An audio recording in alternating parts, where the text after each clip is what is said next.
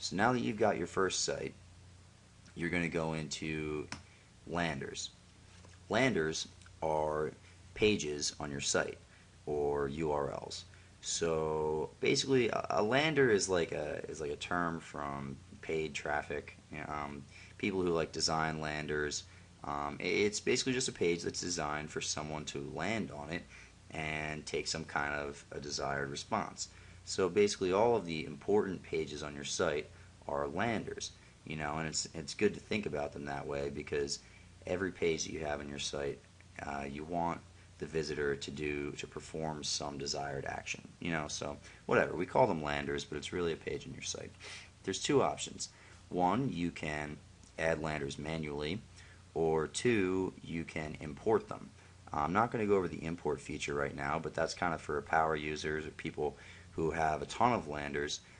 It's definitely a smart idea to go through this because if you have 100 or more pages on your site, it really saves you a lot of time to just set everything up in an Excel file and then upload it through here. But I'm just going to go through the manual add landers thing so that everybody can I can walk you through what the different aspects of a lander are in Link Emperor. So I already added one in here, bonsaidelivery.com. That doesn't automatically get added because you never know. You might not necessarily want your homepage to be a lander for whatever reason. But I added that one. But now I'll just add a second one so that you can see. So I created this page. The right bonsai tools make all the difference. I just stole this off somebody else's blog or whatever, just as an example. So what you do is you copy the URL out of your URL bar and paste it in here. So notice that I kept the HTTP, the www, everything in there exactly as it shows up on your page. You want it to be the exact same because that's the URL that we're going to use to build links to. So you don't want multiple different URLs or the wrong URL getting links built to it because that's going to screw up your SEO. So copy it directly out of the URL bar. Next, what is the dollar value of a visit to this lander? We went over this in the last video series. So if you think that the dollar value is the same as the rest of your site, then just leave it blank. As you can see, I set this to 1 cent because I don't think this site is probably going to make that much money as it is right now. It's a pretty terrible site. But, whatever. So I'm going to leave it blank because I'm going to say that it's basically the same value as the rest of the site as of now. Step 3. If you know them, input keywords that you would like your lander to rank for, 1 per line. I picked out a couple keywords beforehand that I thought kind of pertained to this page. Bonsai tool, bonsai tools, bonsai tools for sale, and cheap bonsai tools. Now, once we get to the keyword section, I'll show you how to look these keywords up and how to use Link Emperor as a ridiculous keyword research tool.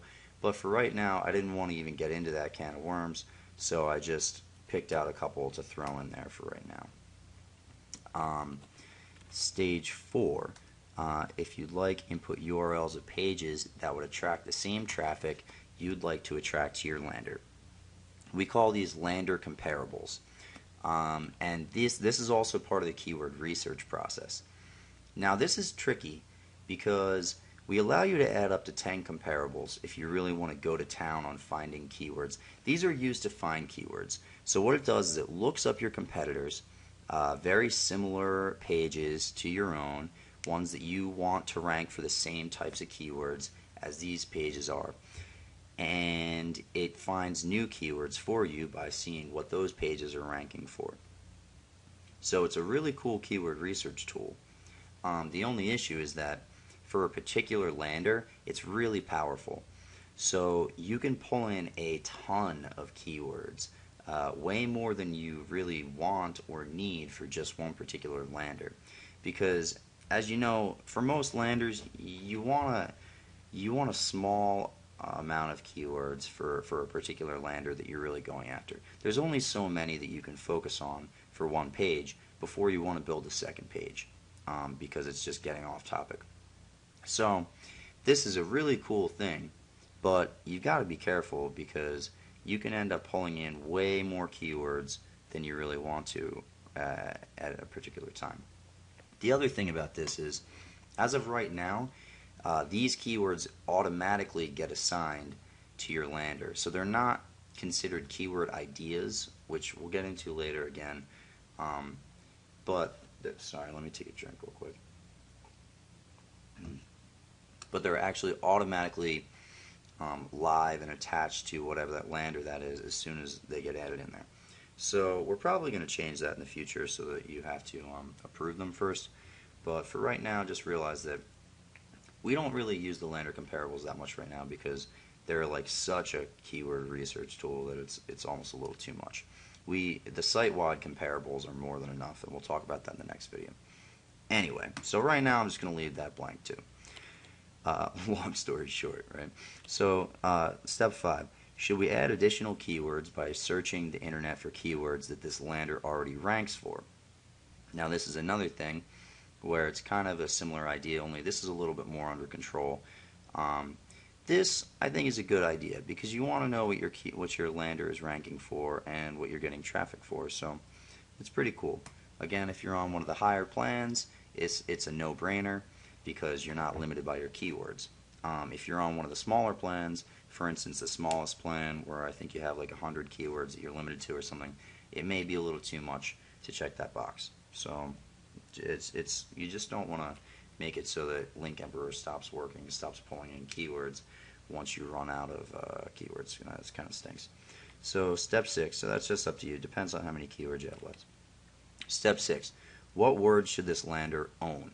That is, any keywords found elsewhere in the campaign will be directed to this lander if they contain these words. Leave blank unless you are sure you understand how this works. Now this is the concept of owned words. We kind of created this because, well, for our own sites we were running into certain issues where we just wanted, it's just easier to kind of clean up your keyword research by like having certain pages own certain words so that you're not building links to the same keywords at multiple pages or something like that. But it only makes sense if they're really specific words. So for instance, model numbers are a good idea to use this with.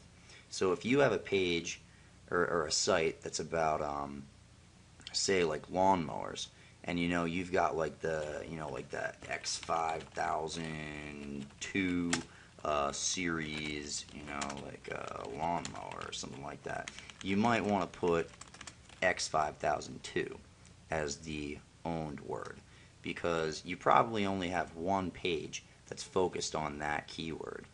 And so anytime that string appears in any keywords in your keyword research, you want that automatically to get sucked up into that page because that's the only place that it should ever go. So it's kind of a time-saving instrument. You're not going to have owned words for every one of your pages. You're probably never going to want to use owned words on like a root category page or something like that. So don't really worry about that for this. But so you don't have to use them at all. If you think you understand it and you think it's a nice tool, then play around with it because it is pretty cool and it's a time saver. But only really for very specific keywords. So anyway, I'm not going to add any of those. I'm not going to add any of that. And I'm going to leave that blank too. All I did was add in the lander and add in the keywords, and then I checked you can add additional keywords if you want.